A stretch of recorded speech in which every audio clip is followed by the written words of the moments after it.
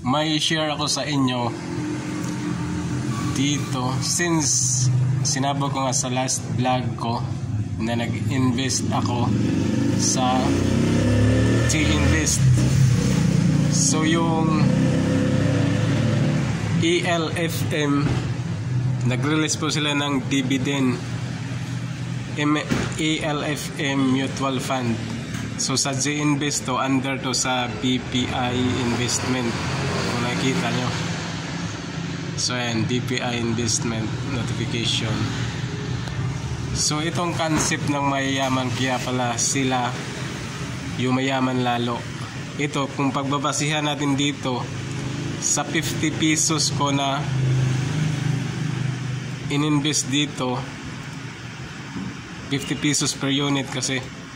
So bumaba siya, pero hindi to bumaba ngayon lang. So nakaraan ba to, kasi nag-release sila ngayon ng dividend. Ibig sabihin may profit sila, tumaas yung stocks nila. So nung una mababa pa to, sobra mababa pa to sa 53 pesos.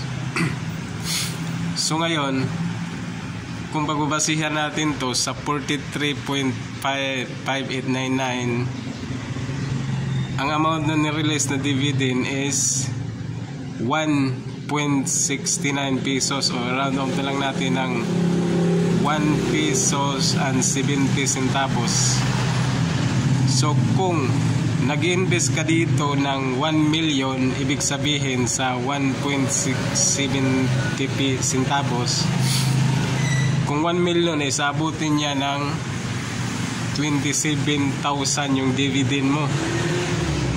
So dividend pa lang yan, hindi kasama yung taas ng stocks, hindi kasama na yung ang tawag nito, yung tinaas ng stocks mo.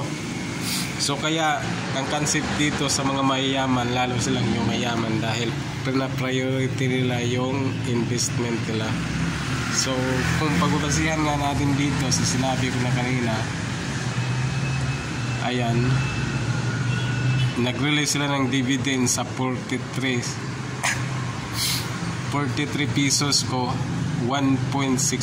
So kung 1 million yung ininvest mo dito, may dividend ka na 27,000, more or less 27,000. So ayan lang ang i-share ko sa inyo ngayon. Kaya pala yung mayaman lalo yung mayayaman.